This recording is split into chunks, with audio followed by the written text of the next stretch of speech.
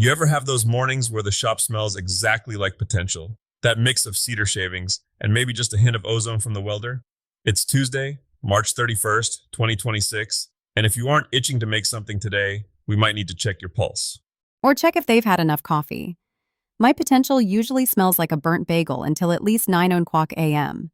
But you're right, the energy is different lately. It feels like the maker world isn't just a hobby anymore. It's turning into a full-blown industrial revolution in our backyards. It really is. I was looking at the new HCL CamWorks update this morning. They've basically squeezed a high-end Swiss-type CNC logic into a package that, well, let's just say it makes the old school ways look like we were carving with spoons. Okay, for those of us who haven't spent 40 years staring at a lathe, what's the Swiss-type secret sauce? Why should we care? Precision, Alex. Pure, unadulterated precision. Imagine you're trying to turn a piece of titanium thin as a toothpick, and you need to mill complex slots on it while the subspindle is grabbing the other end to finish the back. It's like a synchronized swimming routine, but with carbide cutters at 10,000 RPMs. So it's not just about making things. It's about making things that would have been impossible in a home shop 5 years ago. Speaking of big moves, did you see Van Am Tool and Engineering over in Missouri? They're dropping $1.5 million on a facility expansion. In St. Joe? Yeah, that's no small change. That's a loud, clear signal that domestic fabrication is screaming right now. People are tired of waiting 6 months for a shipping container to cross the ocean. They want a guy named Bob in Missouri to laser cut their brackets and ship them by Thursday. It's a gold mine for anyone who knows how to move metal.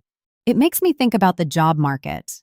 You always talk about the graying of the trades, but the 2026 electrical contractor profile just came out, and it doesn't look like your grandpa's toolbox anymore. It's wild. If you're an electrician today and you think your job is just pulling Romex through 2x4s, you're leaving about 60% of your paycheck on the table. The high-paying gigs now, they're in 3D printing hubs and advanced lighting systems that talk to your phone and probably your toaster. I don't need my toaster talking to me, Tiger. But seriously, is the learning curve that steep? It's a different mountain, sure, but the ground is the same. You still have to respect the juice. I saw a report on absence of voltage testing that reminded me of a certain encounter I had with a dead circuit back in 2008. Oh, here we go. Was this the one where your eyebrows didn't grow back for a month? I thought I'd tripped the breaker. I didn't verify it with a meter because I knew the house. Turns out, some previous owner had cross-wired the kitchen and the mudroom like a bowl of spaghetti. I touched a lead and, well, let's just say I saw colors that haven't been invented yet. You have to test your testers. If you're not verifying zero voltage with a tool you've confirmed is working on a live source first, you're just gambling with your heart rhythm. See, that's the pro difference. It's the stuff that feels tedious that keeps you alive to make the cool stuff. Speaking of cool, can we talk about the maker mogul data? I'm seeing people selling handmade mugs for $60 and actually moving inventory. It's the functional art pivot. The days of making a generic birdhouse and hoping the neighbors buy it are over. In 2026, the money is in niche mastery. If you make jewelry, you're going to struggle. But if you make architectural minimalist jewelry out of recycled titanium, you've got a line around the block. It's about the story, right? People don't want a table. They want a reclaimed timber gaming station with integrated cable management and a history. Exactly. You find a tiny corner of the world and you own it. And don't give your work away either. I see so many folks using that basic materials times 2 formula, and they're basically paying the customer for the privilege of working. I love that formula. It's a reality check. If your hourly rate is $5, you've just got a very expensive hobby, not a business. Amen. It's better to sell one thing for $100 than 10 things for $10. Your back will thank you, and your shop time becomes a sanctuary instead of a sweatshop. Speaking of sanctuaries, how's the wood shop finish out going? I saw you were tackling the trim.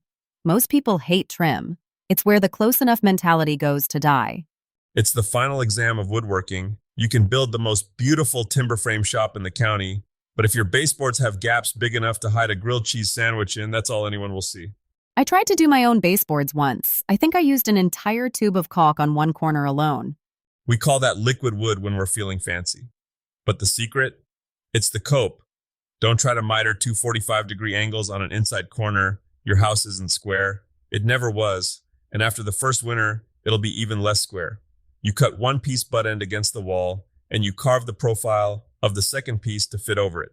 It's a bit of surgery with a coping saw, but it's the only way to get a joint that stays tight when the humidity starts dancing. And the outside world? Jay's over there putting down Cali decking on that massive project. That feels like a whole different beast than fine trim. It's big deck energy season, but honestly, the principle is the same. People get seduced by the pretty composite boards, and look, Cali decking is great, it'll last forever, but the magic is in the joists. If your framing is a quarter inch out of level over 10 feet, that composite is going to telegraph every single bump. It's 90% prep, 10% victory lap.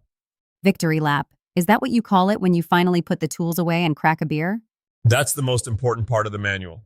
So, what's the takeaway for the den today? We've got high-tech CNCs, smart electricians, and $60 mugs. I think it's this. The world is getting more automated, sure, but that only makes the human touch more valuable. Whether you're sync programming a Swiss lathe or hand carving a miter joint, the value is in the intentionality. Don't just build something that wouldn't exist if you hadn't walked into the shop this morning. I like that. A little less good enough, a little more exactly right. Exactly. Now get off my drill press, Alex. I've got some trim to cope, and I don't want you laughing when I inevitably slip and nick my thumb. No promises. Thanks for hanging out in the den. Now go make something worth talking about.